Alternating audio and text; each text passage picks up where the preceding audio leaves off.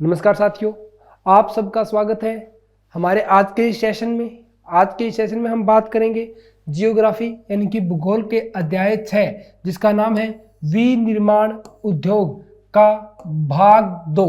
बच्चों इससे पहले भाग 1 हम पढ़ चुके हैं। भाग 1 के अंदर हमने बच्चों कृषि आधारित जो उद्योग थे उनके बारे में जाना। जैसे कि अगर मैं कृषि आधारित उद्योगों की बात करूं तो सूत उद्योग, जूट उद्योग, सूती वस्त्र उद्योग, इनके बारे में चीनी उद्योग, इनके बारे में देख चुके हैं।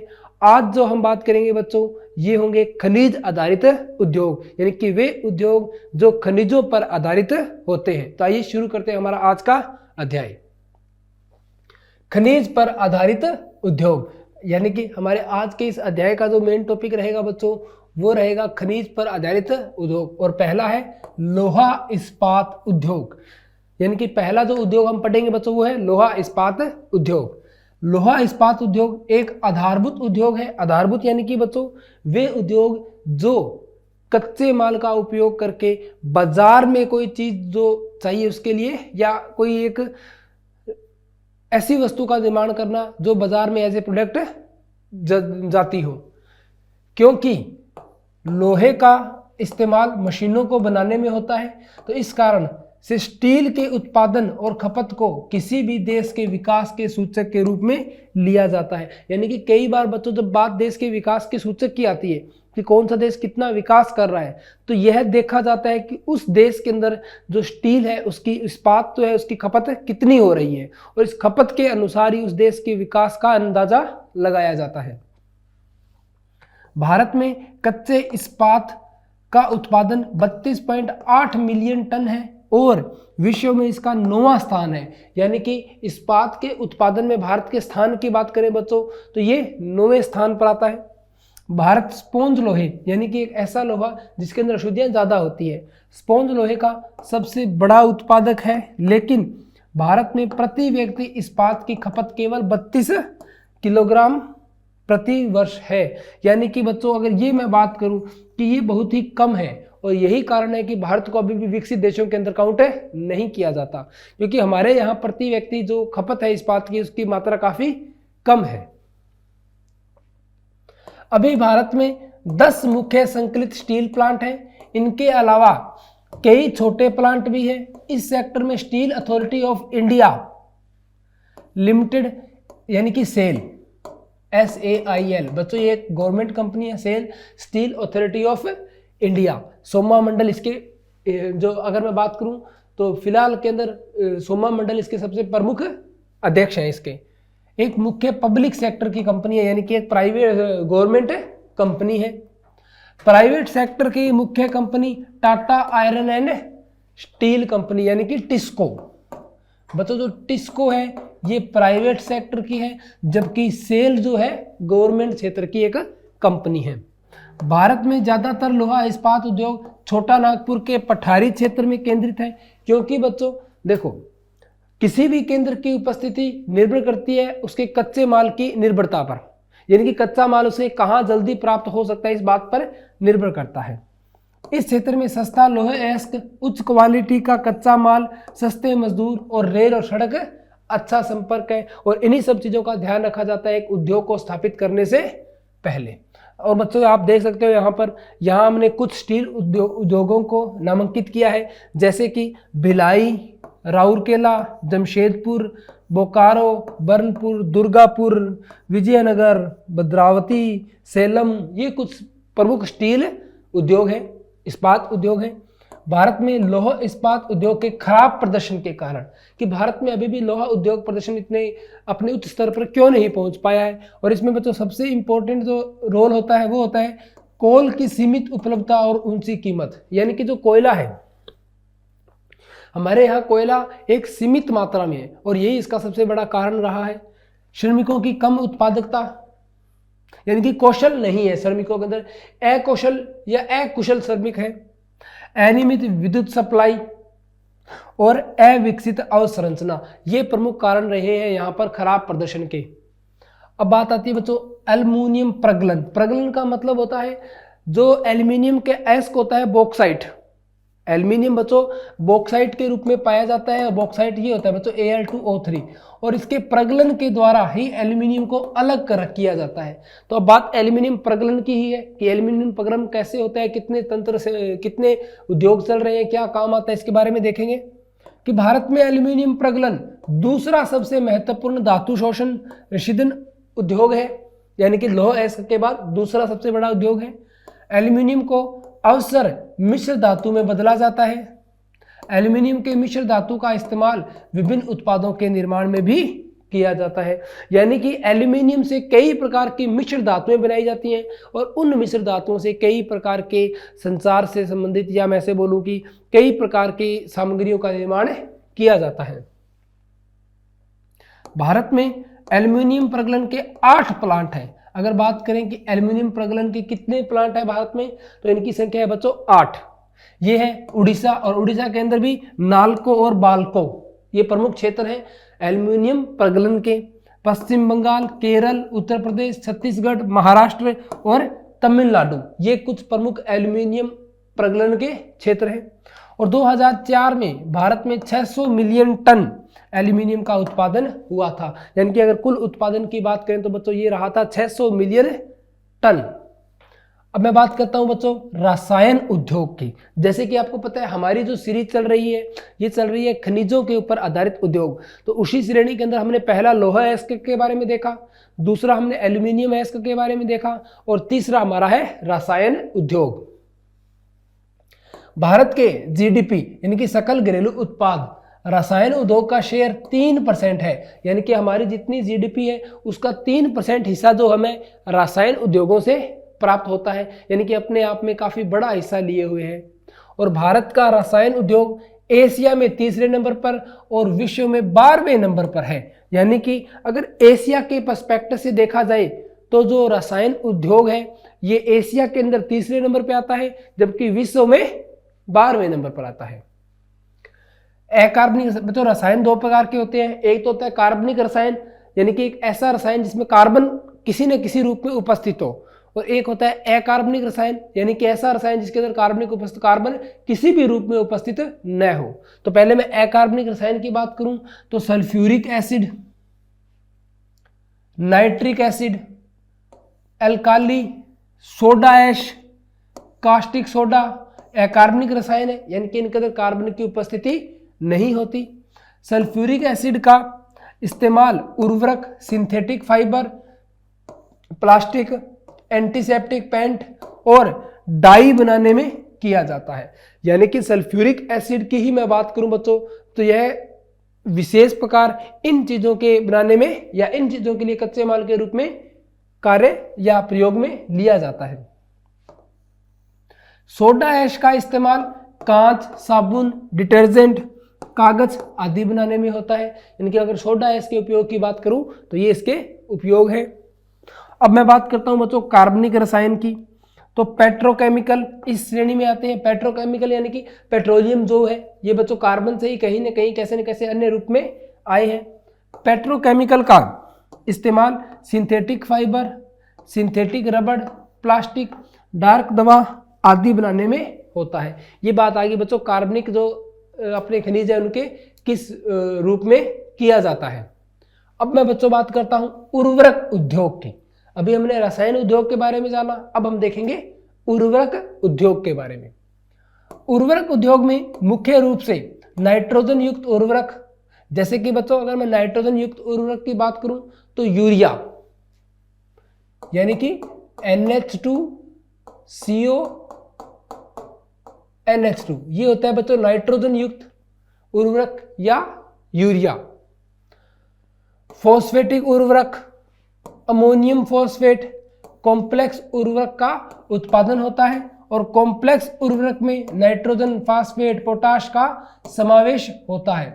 भारत के पास वाणिज्यिक रूप से इस्तेमाल लायक पोटाश या पोटेशियम उत्पाद के भंडार नहीं है। देखो बच्चों यहाँ की अगर मैं बात करूं कि उर्वरक के अंदर कच्चे माल के रूप में पोटाश की भी आवश्यकता होती है और भारत में पोटाश की उपलब्धता यानी कि पोटेशियम जो उत्पादक है उनकी उपलब्धता काफी कम है और भारत में अभी तक लगभग सारा का सारा पोटाश आयात किया जाता है, यानी कि दूसरे देशों से मंगवाया जाता है।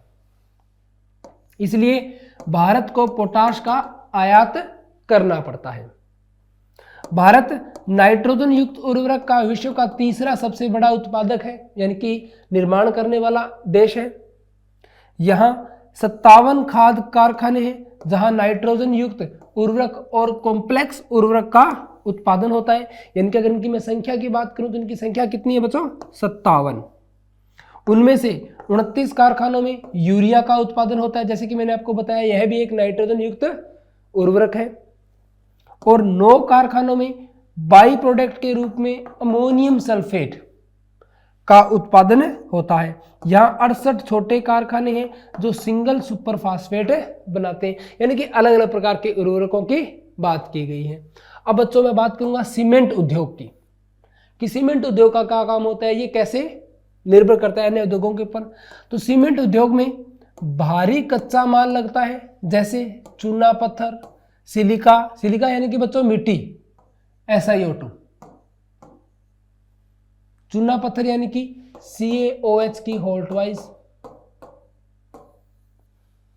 Aluminium, gypsum.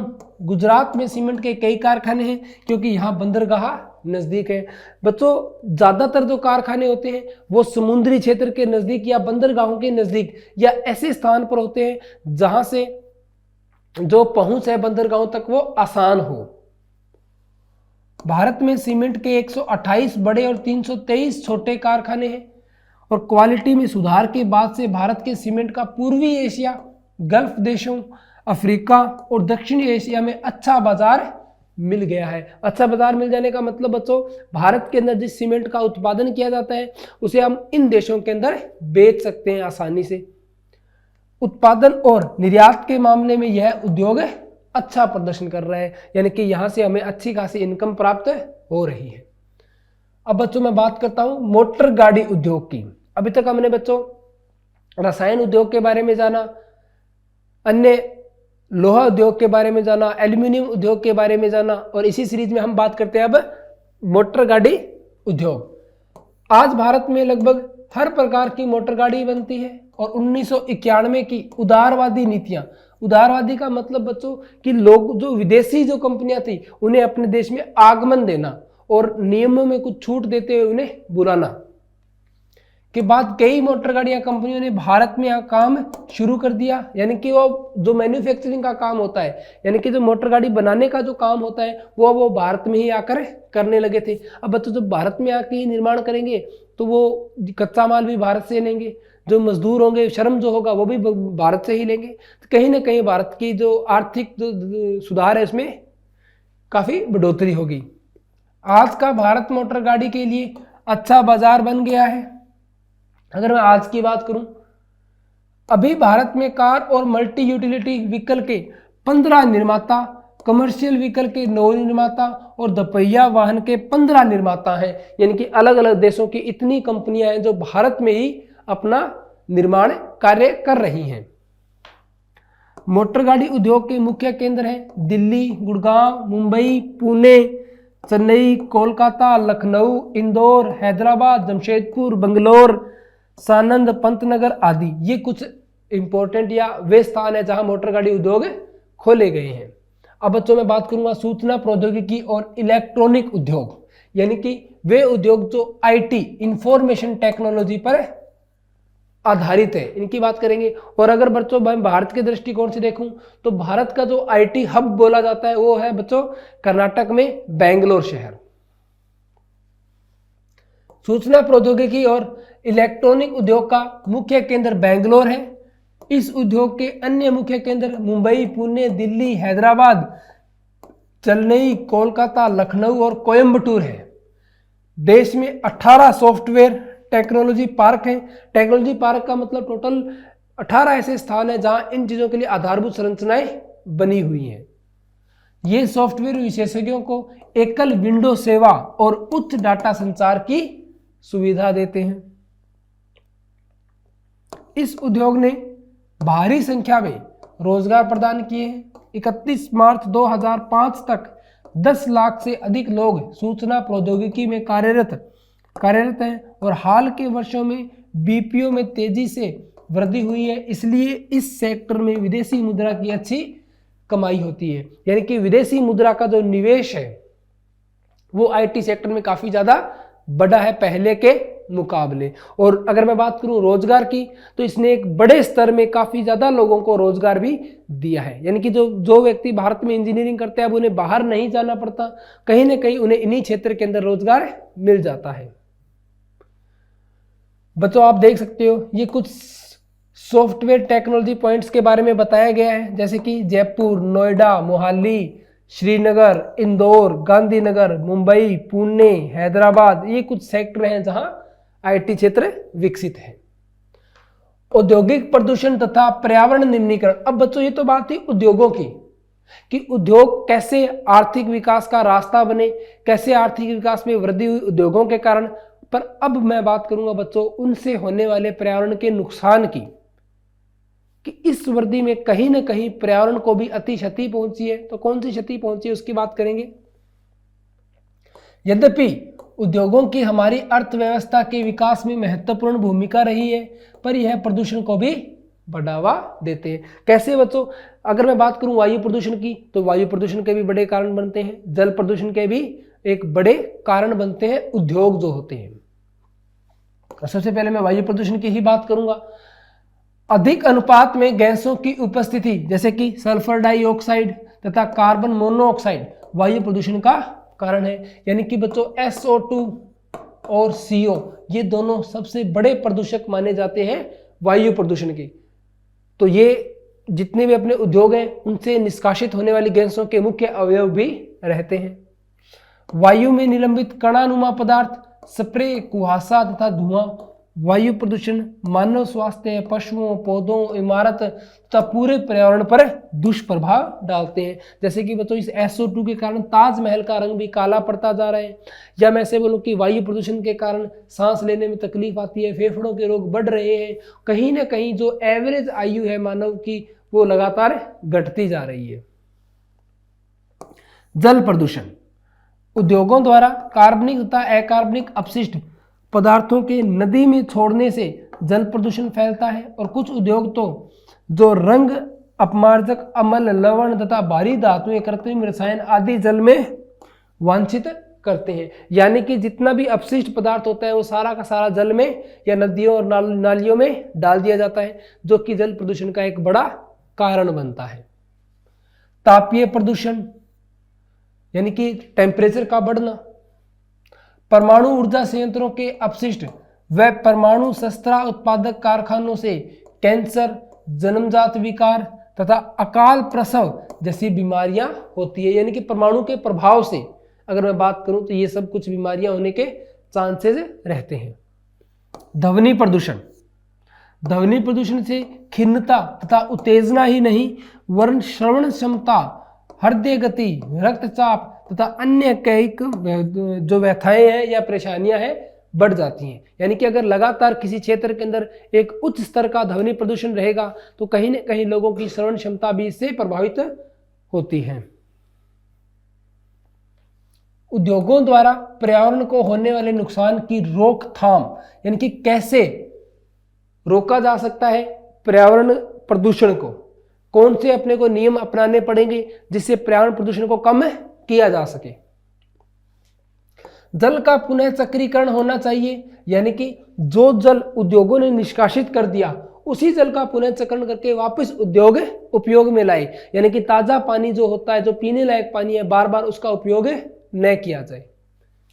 और जल के पुनः चक्रीकरण से ताजे पानी के इस्तेमाल को कम किया जा सकता है। वर्षा जल संग्रहण पर जोर देना चाहिए ताकि जो जल की कमी है वो न आए। गर्म पानी और अपशिष्टों को समुचित उपचार के बाद ही नदियों और तालाबों में छोड़ना चाहिए, यानी कि उनके अंदर अपशिष्ट न मिले हो। बच्चों इसी के साथ हमारा ये अध्याय यही समाप्त होता है। इस अध्याय को हमने 2 भागों में बांट के किया, जिसमें पहले भाग के अंदर हमने कृषि आधारित उद्योगों के बारे में जाना, वहीं दूसरे भाग के अंदर हमने जितने भी रसायन या मैं से बोलूं कि खनिजों के ऊपर आधारित उद्योग थे उनके बारे में जाना और पर्यावरण प्रदूषण, उनके कारण जो होने वाले पर्यावरण प्रदूषण के बारे में जाना और उसके रोकथाम के उपचारों के बारे में भी जाना। अब हम मिलते हैं हमारे अगले अध्याय के साथ, तब तक के लिए धन्यवाद।